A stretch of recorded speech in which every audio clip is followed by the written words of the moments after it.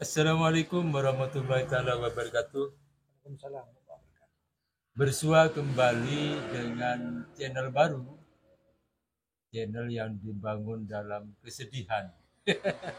Karena apapun namanya perjuangan memang harus sedih, eh, ber berduka-duka gitu ya. Bukan suka-duka. Bersuka-duka, Duka-duka. duka-duka.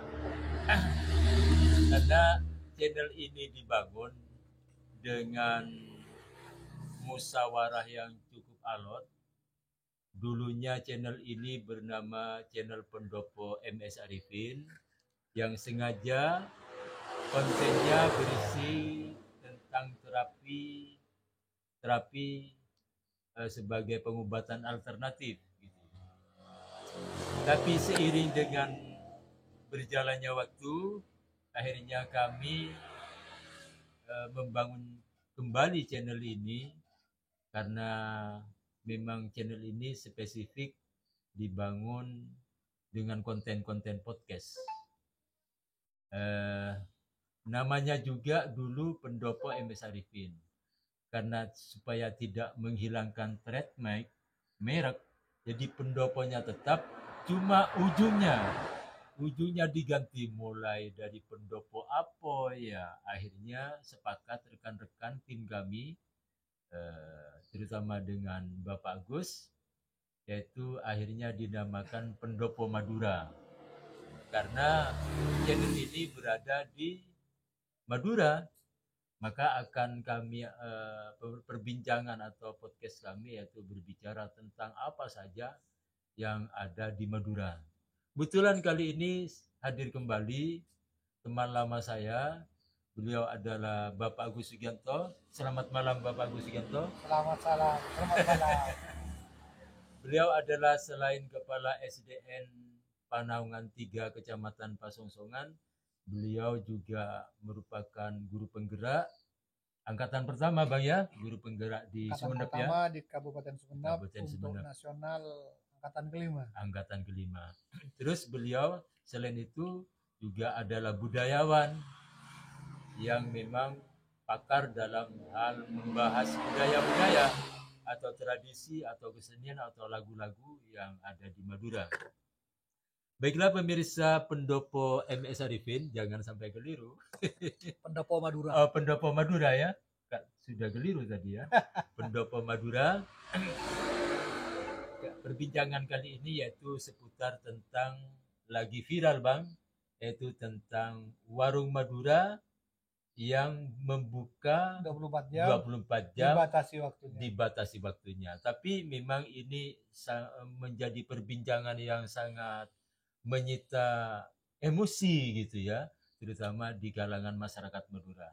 Bagaimana Bang tentang tanggapan Bapak Agus selaku budayawan dari sudut pandang budaya dulu, perspektif budaya? Dipersilakan Bang.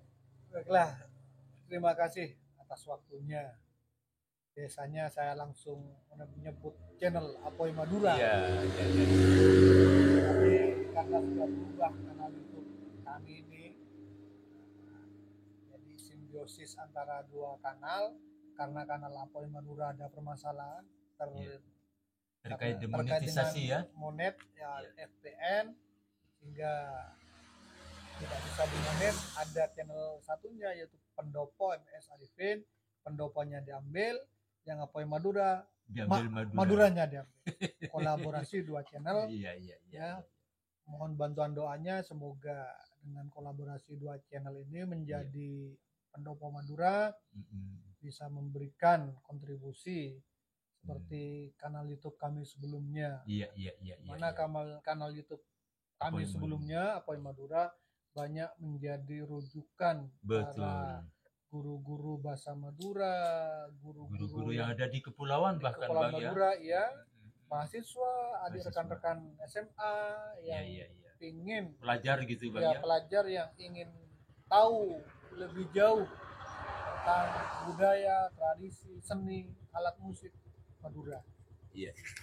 Jadi khusus pada malam hari ini kita akan ngulik.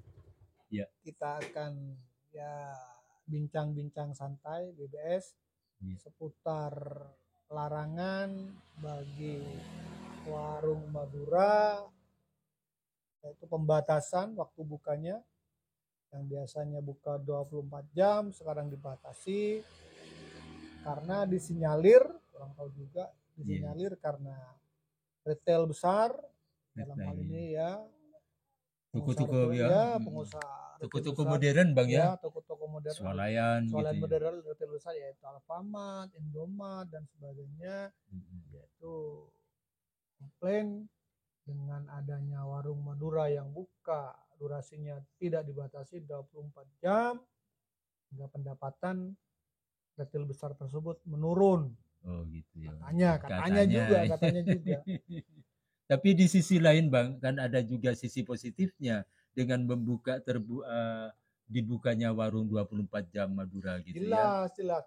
Jadi ini sebenarnya sebenarnya sama dengan hukum fisika, yaitu tentang hukum aksi dan reaksi. Iya. Ketika kita tidak melakukan aksi, sangat mustahil akan ada reaksi gitu ya. Kita ketahui bersama ini membaca Skop Madura karena ini kanal YouTube-nya Pendopo Madura. Banyak pasar tradisional Madura. Iya.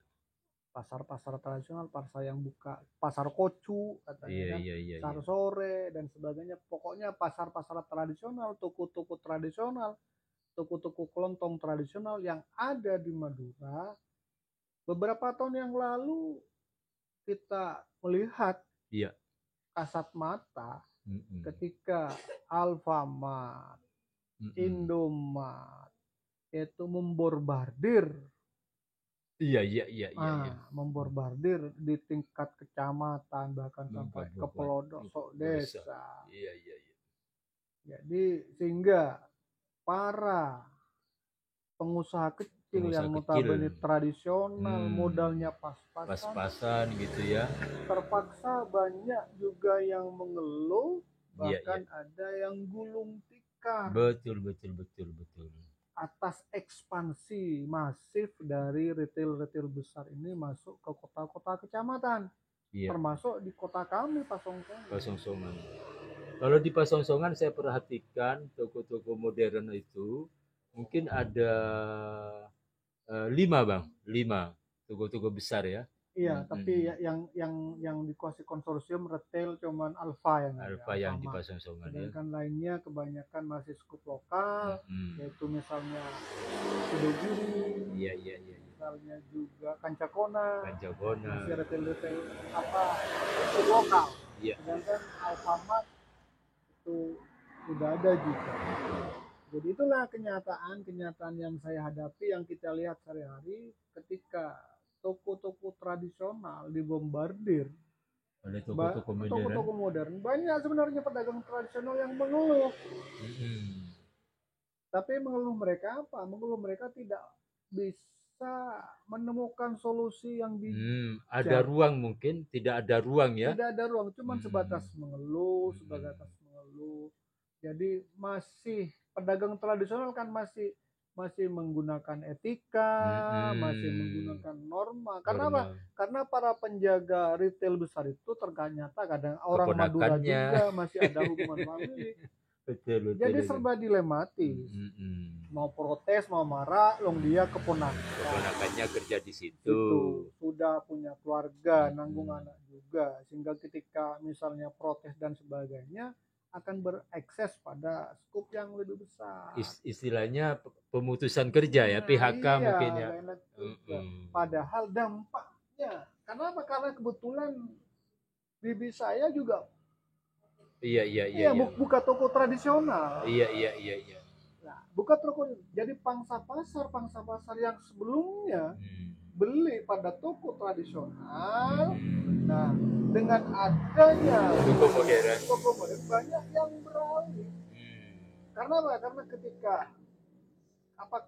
faktor kelemahan pasar tradisional adalah yang pertama, tempatnya biasanya kumuh. Iya, kumuh. Sudah bukan rahasia lagi.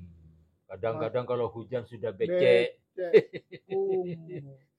Ruangannya sempit, masuk ke dalam di pasar-pasar itu panas dan bau, dan pelayanannya juga kurang maksimal. Karena apa?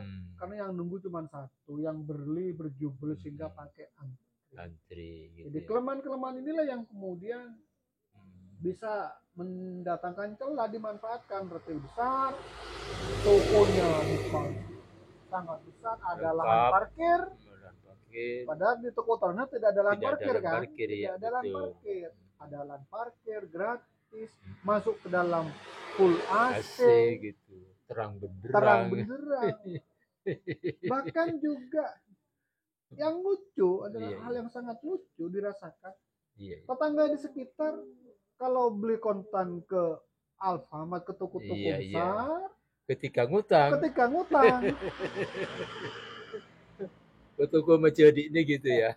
Iya, ketika ngutang maka akan beralih ke pasar, ke toko-toko tradisional. Kan yang lucu, kontannya ke retail besar, kemudian ngutangnya ke pedagang asong kecil. Iya. Jadi itu mungkin dirasakan. Jadi dari kota besar menjajah katakanlah bisa ekspansi gitu. Ekspansi retail besar masuk ke desa, masuk ke kecamatan. Sehingga kemudian toko-toko tradisional banyak yang gulung tikar, ada yang kembang kempis bertahan. Bahkan untuk ada trik gitu agar bisa bertahan, ya dengan cara apa? Kulakannya nggak bayar kontan, ngulak barang utang dulu, setelah gitu datang bayar. Segitu terusnya. Itu dilakukan oleh toko-toko tradisional agar bisa bertahan gitu ya, atas gempuran retail besar itu. Jadi kadang-kadang dipangkas tenaga kerjanya, family yang kerja karena pendapatan kurang jadi 3 orang 2 orang hingga seorang diri. Itu kan banyak yang dilakukan itu. Nah, ya mungkin karena dirasakan ada aksi. Ada aksi ke desa, dari retail besar tersebut, ya otomatis para pedagang tradisional di Madura juga bernalar juga, berpikir juga. Tentunya kami juga bisa memberikan reaksi. Betul. Reaksi yang sangat nekat. Itu datang dari para suku Madura. Kenapa? Kita tahu sendiri orang Madura itu, mengapa dikatakan nekat? Jangankan retail besar yang jaraknya dengan toko Madura cuma sekitar 10 meter, 50 meter. Jual bensin eceran di depan pom bensin, di SPBU gitu ya. Di SPBU aja berani. Eceran melawan pom bensin yang omsetnya miliaran berani. Apalagi cuma melawan toko-toko retail besar kecil. Jadi betul. Jadi budaya Madura itu karakternya itu pantang menyerah. Karena punya semboyan, rezeki kita tak borok. Betul. Rezeki tidak akan tertukar selama berikhtiar, berusaha. Pasti kepercayaan itulah yang membuat semangat orang-orang Madura untuk terus bereaksi gitu ya. Kemudian apa celah yang dimasuki? Celah yang dimasuki adalah retail besar tersebut karena dibatasi undang-undang, dibatasi aturan, bukanya dibatasi nggak 24 jam. Karena dia kan badan usaha, PT. Ada aturan yang dibatasi oleh pemerintah daerah setempat. Butuh perizinan dan sebagainya. Nah, ketika toko Madura masuk, celah buka yang sampai jam 10 malam, itulah yang dimanfaatkan gitu ya. Jadi kita harus survive. Perang tanding juga, katakanlah saling berdagang profesional, tapi saya akan buka di atas jam 10. Bahkan full sampai 24 jam. Dengan cara posan. Jadi biasanya suami istri Bang yang bekerja kebanyakan. Biasanya suami istri. Jadi kalau siang istrinya itu yang jaga, pas malam suaminya yang jaga. Kalau omset tokonya sampai 15 juta ke atas setiap hari, kadang-kadang 3 sampai 4 pelayan di situ. Iya, betul. Nah, ternyata yang eksis pengetahuan saya, yang eksis terlebih dahulu atas warung Madura itu adalah orang Talango. Orang Talango, kepulauan ya. Kepulauan. Talango ini merupakan sebuah pulau di Kabupaten Sumeneb yang dibatasi dengan selat gitu Bang ya. Selat ya. Kalau sungai mungkin ya. Iya. Iya, selat ya. Selat. Cuma di penyeberangan feri gitu ya. 5 menit sudah nyampe ke Talango. Jadi orang Talango itulah yang pertama ekspansi ke Jakarta. Nah, ketika sukses gitu ya. Nah, sukses kemudian orang Talango sendiri kemudian ada di Talango, kemudian yang ngurus itu diberikan kepada orang kepercayaannya. Awalnya adalah familinya, keponakannya. Setelah familinya, jadi di Madura itu ada istilah tanian lanceng. Jadi satu rumah itu ada halaman panjang, tanian itu halaman panjang, di mana rumahnya itu masih ada kekerabatan. Jadi ketika salah satu keluarga di situ buka toko sukses, nah dia akan mengajak di tanian lanceng itu, di familinya itu, ayo kamu jaga juga, barangkali kamu juga bisa sukses seperti saya. Akhirnya saudaranya, sepupunya untuk jaga toko. Setelah jaga toko sukses, buka toko juga dia. Terus seperti itu. Jadi ada rasa kekeluargaan yang sangat erat. Nah, Talango sukses, kemudian ditiru dengan masyarakat daratan gitu ya. Dengan masyarakat lainnya ditiru. Karena apa? Karena orang Talango sudah yang punya toko jadi bos di Talango. Nah, pekerja inilah. Pekerja ini ternyata dari berbagai macam kecamatan. Dari Pasongsongan ada, dari Lenteng ada, dari Manding ada, dari banyak. Nah, akhirnya pekerja-pekerja ini yang sudah tahu keilmuannya atau trik atau taktiknya ya, gitu, caranya buka toko dan sebagainya. Nah, ini juga membuka toko. Setelah cukup modal membuka toko, bahkan tokonya tidak di Jakarta saja, bahkan ekspansi. Ada yang ke Jogja, ada yang ke Serang Banten, ada yang ke Sidoarjo, semuanya. Ada yang ke Bali. Betul di Bali. Ada yang ke Bali juga. Bahkan kemarin saya itu sempat ketemu dengan orang Pamekasan Bang di Pasar Waru itu. Katanya ada orang Waru itu yang buka toko juga di Irian Jaya katanya kan. Awalnya buka toko sebelumnya ke Irian Jaya, dia menjalankan usaha tukang cukur. Awalnya di Irian Jaya. Tapi mungkin ada prospek di situ. Akhirnya dia juga membuka toko kelontong di situ. Di Irian Jaya ini. Sangat jauh. Ya, Pak, atau kalau bahasanya sekarang Papua mungkin ya. Ya, Papua. Tidak hanya di situ, katanya juga di daerah Lombok juga ada katanya. Iya. Jadi awalnya yaitu tukang cukur, awalnya jadi tukang cukur di Papua. Terus karena melihat prospek di situ, dia juga membuka toko kelontong, coba-coba. Ternyata sukses juga katanya di situ. Jadi kemudian ternyata toko kelontong Madura. Toko Madura ini terkenal bukan hanya Jakarta saja sekarang. Bahkan yang pertama membatasi adalah di Bali sepengetahuan saya. Iya. Kemudian merambah kemana-mana. Ini ternyata banyak yang dapat pertentangan gitu ya. Karena apa? Karena sangat banyak mereka yang merasakan manfaat dari bukanya toko 24 jam ya. Misalnya pas ada pengendara motor tahu bensinnya habis di tengah jalan jam 12 malam, SPBU nutup. Apakah dia harus tidak pulang? Misalnya pada waktu itu mobil atau sebagainya itu kebetulan membonceng orang sakit, membawa sakit, pas bensin kehabisan. Nah, itu kan tertolong dengan adanya toko Madura itu. Belum lagi lapar tengah malam. Yang jelas begini juga Bang, ketika saya tahun 96 itu merantau ke Jakarta dulu ya, Di toko Madura, toko kelontong Madura di Jakarta itu kan jual rokok eceran, Bang.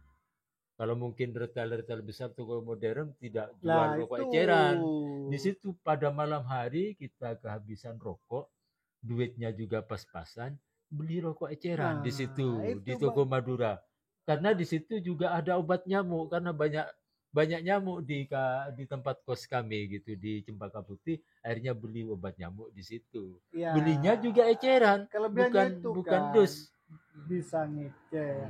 Kadang-kadang kalau sudah akrab, kenal akrab bisa ngutang. Utang. Masa di toko-toko retail besar ngutang nggak bisa? Nggak bisa. Jadi, Ada duit, ada barang kalau toko jadi itu. ketika malam hari kita lapar, kita kedatangan tamu dan sebagainya, kita masuk angin, kita sakit flu batuk malam, apotek tutup. Iya, Jadi betul, otomatis betul. kita mencari warung Madura untuk membeli itu. Iya. Pertama ngecer bisa. Yang kedua juga Kalau sudah kenal ngutang bisa. juga bisa. Bahkan kami itu waktu malam ketika pengalaman saya dengan teman saya di Cempaka Putih, Jakarta Pusat, itu karena nyamuk terlalu banyak, duit juga pas-pasan waktu itu sudah tanggal tua, beli rokoknya juga eceran dengan teman itu, eh, akhirnya ngutang itu lotion anti nyamuk itu ya. Gitu. Jadi padahal jika kita mau fair, jika kita melihat dari perspektif tidak pakai kacamata kuda, Iya, jadi sebenarnya banyak juga retail-retail itu yang juga buka sampai jam 10 ke atas. Ada juga seperti itu. Jika kita mau fair, jika kita mau fair. Jadi itulah, jadi bukannya toko Madura itu karena adanya aksi sebelumnya, ketika saya melihat fenomena ini mungkin muncul reaksi. Ketika reaksi muncul dirasa sangat menurunkan pendapatan retail-retail besar, kemudian ya bergaining apa mendekati dan sebagainya, sehingga pemangku kebijakan mungkin ya. Sehingga agar jam dibatasi. Padahal kalau kita mau membuka aspirasi, ruang aspirasi, mungkin kalau ditimbang-timbang ya, saya pikir apa yang sangat banyak dirugikan, maaf sebelumnya, yang sangat banyak dirugikan adalah toko-toko tradisional, Bang.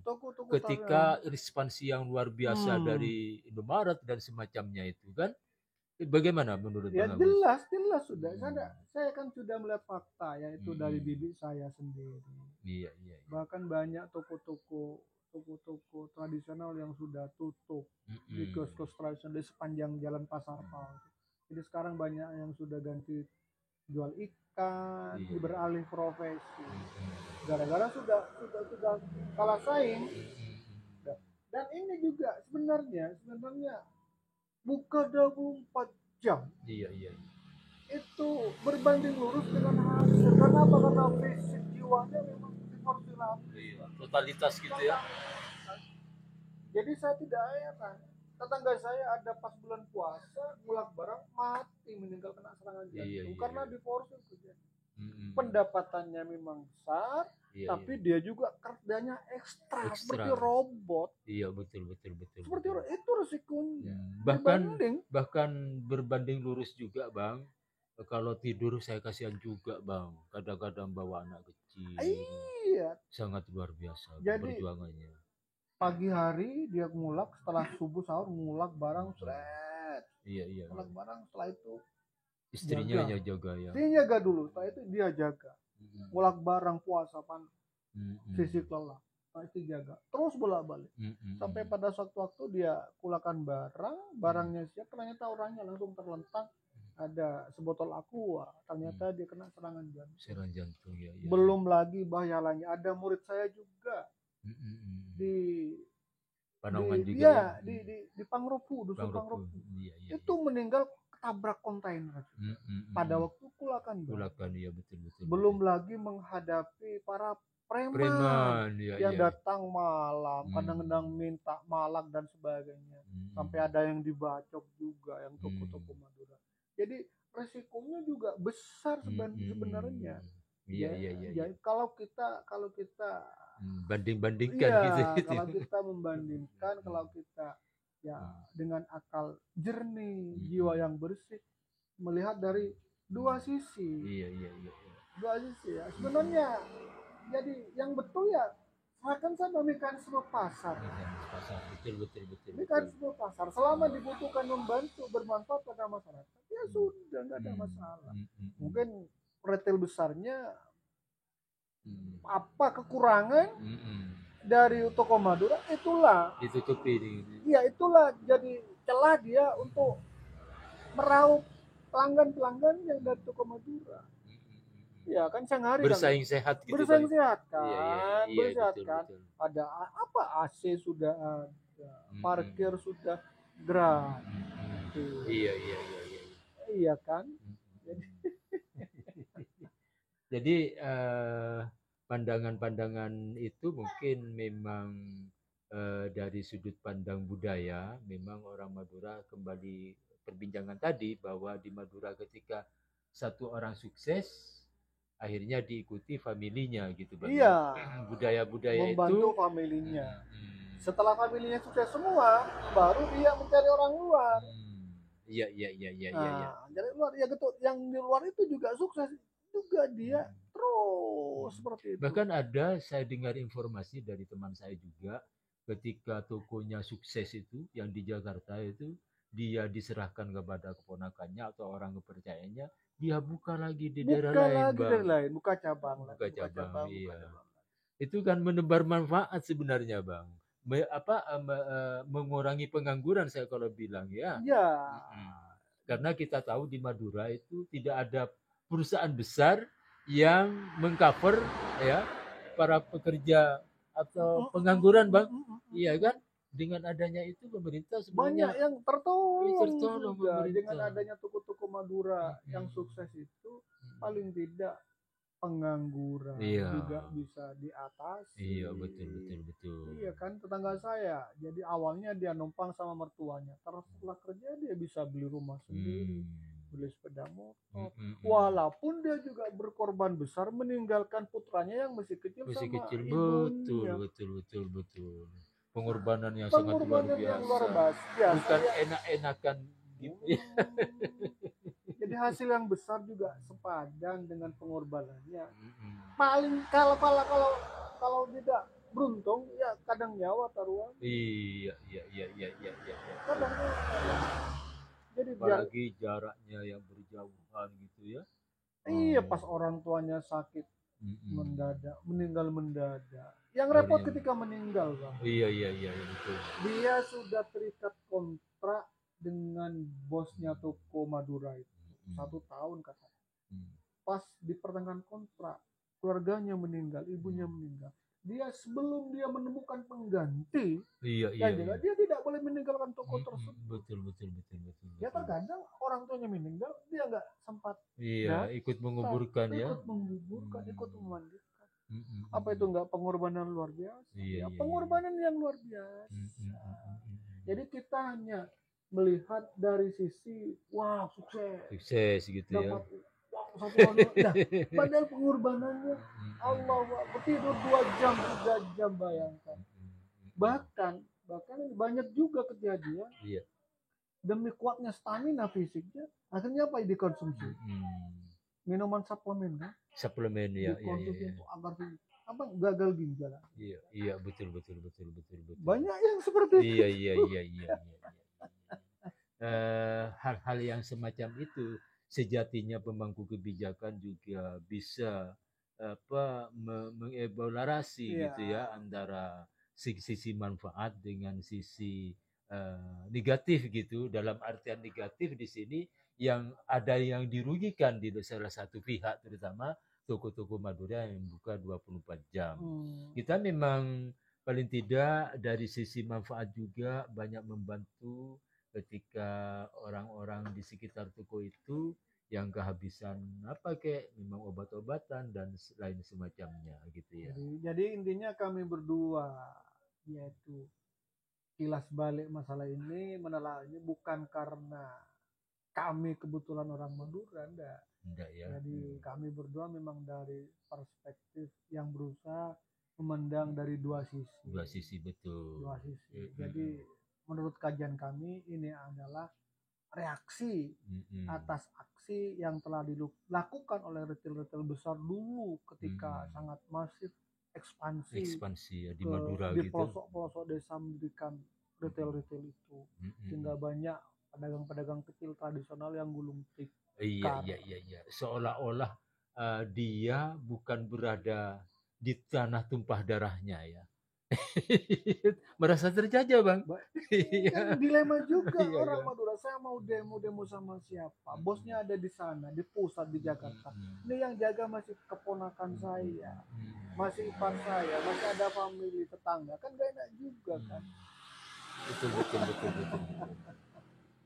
Jadi kita memang harus bijak menyikapi dari apa opini-opini yang negatif gitu Bang ya, dari pemangku-pemangku kebijakan. Semoga pemangku-pemangku kebijakan itu nantinya bisa memberikan solusi yang terbaik Bang ya. Ya, jadi mengharap para pemangku kebijakan bisa melihat dari dua sisi, hingga nanti keputusan yang keluar juga mempertimbangkan dua sisi. Iya. Jadi harapan kami ya selama memberikan kontribusi, memberikan manfaat nilai tambah kepada masyarakat, biarlah mekanisme pasar yang menilai. Ketika dibutuhkan nggak ada masalah. Iya. Harus adil dan bijak ya, gitu ya. Bersaing jangan memihak antar para pedagang. Kok toh kemarin pada waktu COVID-19 melanda, toh yang masih survei bertahan para UMKM kecil, bukan retail besar banyak yang kolap dan sebagainya. Tapi ternyata yang bisa bertahan UMKM, industri rumah tangga itulah yang bisa bertahan sehingga bisa menyelamatkan ekonomi nasional. Kalau sudah lepas dari COVID ternyata tapi kemarin saya sempat melihat atau membaca juga di beberapa website atau situs bahwa banyak yang menanggapi bahwa keputusan atau bukan keputusan, wacana dari beberapa pihak tentang bukanya warung 24 jam itu memang ada yang semacam kontradiksi Bang. Jadi semacam komentar-komentar netizen juga banyak yang kontradiksi gitu ya. Banyak yang merasakan manfaat dari Tugu Madura sehingga mengharapkan agar pemerintah dalam hal ini bijak, karena para pekerja, orang-orang yang di kota besar kan yang bekerja malam, betul. banyak merasakan manfaatnya. Paling tidak coba bayangkan pada para pemegang kebijakan, misalnya pas tengah malam pakai mobil mantar ibunya sakit tengah jalan, ternyata bensinnya habis. Padahal sudah butuh amat pertolongan. Iya. Kadang-kadang ada yang masuk angin Bang, beli minuman atau yang bisa kentangin dan dan semacamnya. Pokoknya manfaatnya ternyata sangat besar. Jadi intinya kita berdua ini Bang, bukan kita pro sama Tugu Madura gitu ya. Jadi kita menelaah kritikan dari masyarakat atas pemerintah yang mau membatasi katanya. Iya, wacana bentuk membatasi. Ternyata banyak masyarakat yang pro kepada warung Madura. Jadi karena saya melihat banyak yang pro, banyak masyarakat yang juga bergejolak ya. Akhirnya kami juga perlu juga memperbincangkan masalah ini.